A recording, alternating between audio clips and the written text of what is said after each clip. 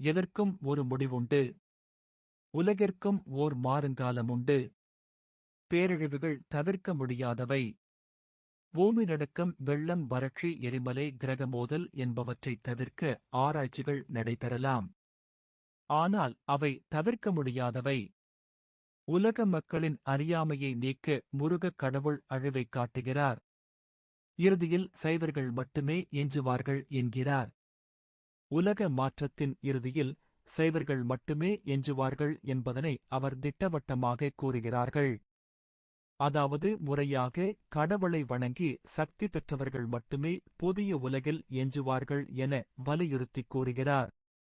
புதிய உலகில் சூதுவாது, வஞ்சகமில்லாத மாந்தர் மட்டுமே எஞ்சியிருப்பர். ஆனால் இப்பொழுது வெள்ள அனர்த்தம் நடந்து கொண்டிருக்கும் போதே கொள்ளையும் களவும் நடைபெறுகிறது. இப்படியான மனம் படைத்த எவரும் அந்த புதிய உலகில் இருக்க மாட்டார்கள் என்று திட்டவட்டமாக கூறுகிறார். அழிவின் போது பலர் கண்கள் திறக்கின்றன. சிலர் கண்கள் மேலும் மூடிக்கொள்ளுகின்றன. முறையான கடவுள் வணக்கம் எத்தகையவர் கண்களையும் திறந்துவிடும் என திடமாக கூறுகிறார். அவரும் அந்த புதிய உலகத்திற்கு பொருத்தமானவராகிவிடுவார் எனக் கூறுகிறார். கடவுள் திருத்தாண்டவம் ஆடுவார்.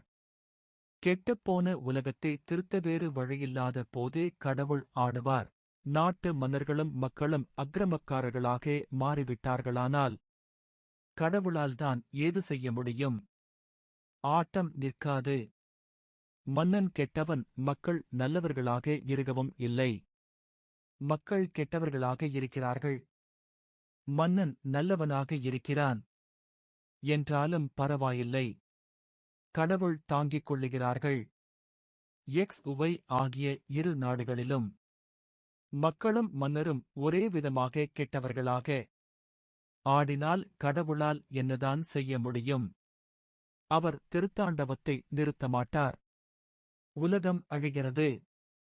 கடவுள் அழிப்பதில்லை. அவர் ஆட்டம் மட்டுமே நிகழும். அதனை பணிப்பாளர்களே செய்வார்கள். X நாட்டின் மன்னரா அந்த பணிப்பை விட்டார்? அல்லது Y நாட்டின் பணிப்பாளருக்கா அந்த எண்ணம் வந்ததென அவருக்கே தெரியாமல் இருக்கும். போர் வீரன் என்ன செய்வான்? அவன் தொழில் தருமம் வீசு அணுக்குண்டை என பணிப்பு கிடைத்தால் அவன் இல்லை வீசமாட்டேன் என்று சொல்லுவதைக் கடவுள் கூட அங்கீகரிக்க மாட்டார். வீசியே ஆகுவான். அவன் அதருமவாதியல்ல. உலகம் அழிகின்றது. புதிய உலகம் படைக்கப்படுகிறது. செழிப்பாக இருந்த நாடு அழிந்தது என்று பின்னர் வந்த சமூகம் மார்த்தட்டுகிறதென்றால், அழிவுக்குப் பின் நன்றாக இருந்த சமூகம், அழிவுக்குப் பின் இருந்த நல்ல எண்ணங்கள் எல்லாம் படிப்படியாக மாறி உலகம் கெட்டுவிட்டதென்றதற்கான அறிகுறிதான் இன்றைய உலகத்தில் நடப்பவை. அன்று கெட்டதால்தான். அன்று அந்தச் செழிப்பா உலகம் அழிந்ததென்பதுதான் உண்மை. அழிக்க வேண்டியவர்களை அழிப்பதும் இருக்க வேண்டியவர்களை விடுவதும் கடவுளின் வேலை. அதற்காகவே நான் புதிய உலகத்தில் பங்காளராக இருக்க வேண்டுமானால் நீங்கள் அதிகாலை 4:30 மணிக்கு முன்னர் எழுந்து கடவுளிடம் கோரிக்கை வையுங்கள். மன்னன் எப்படி இருந்தால் என்ன? மக்களும் எப்படி இருந்தாலும் என்ன? நீ இப்படி இரு என்று கேட்கிறேன். நம்பினால் நம்பு. நம்பாவிட்டால் அது உன் இஷ்டம். செய்வது நீர். அனுபவிப்பது நீர். நானில்லை புதிய உலகத்தின் பங்காளராக நீர் மாற வேண்டுமா என்பது உன் விருப்பம் என்று முத்தையா முனிவர் சொன்னார். இன்றுள்ள வணக்க முறை தொடர்பாக முனிவர் குற்றச்சாட்டுகிறார். சைவர்களின் வணக்க முறையை கடுமையாக குறை கூறுகிறார். தந்தையும் தாயும் வயதே நிரம்பாத செல்லக் குழந்தையும் துன்பத்தில் விளைந்த பட்டாடை தரித்து கோவிலுக்குச் செல்லுகிறார்கள். அங்கு விழாக்காண வந்திருக்கும் மக்களுக்கிடையில் செல்லும்போது தந்தை பிள்ளையின் மாலை கவனம், பிள்ளையின் மாலை கவனம், பிள்ளையின் மாலை கவனம் என மந்தரித்துச் செல்லுகிறார்.